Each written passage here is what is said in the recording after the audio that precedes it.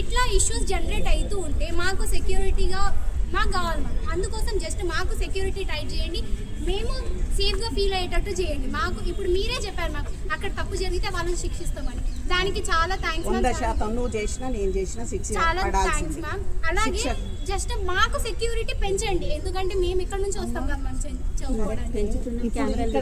ఇక్కడ సెక్యూరిటీ లేదని నువ్వు భావిస్తున్నావా? లేదు మ్యామ్, సెక్యూరిటీ ఇంకా కొంచెం పెంచండి. సరే, ఎంత సెక్యూరిటీ ఉన్నా నీ జాగ్రత్తల్లో నువ్వు ఉండాలనేది రెస్పాన్సిబిలిటీ నీకు ఉందా లేదా? మనమైతే జాగ్రత్తగా ఉండాలా? ఇప్పుడు మొన్న పెద్ద ఇష్యూ ఏం చేసేది చేస్తాం. మన ఒక కుటుంబంలో ఉన్న నలుగురిని మనం కంట్రోల్ చేయడమే కష్టం. 7,000 మంది స్టూడెంట్స్ ఉన్నారు మన దగ్గర.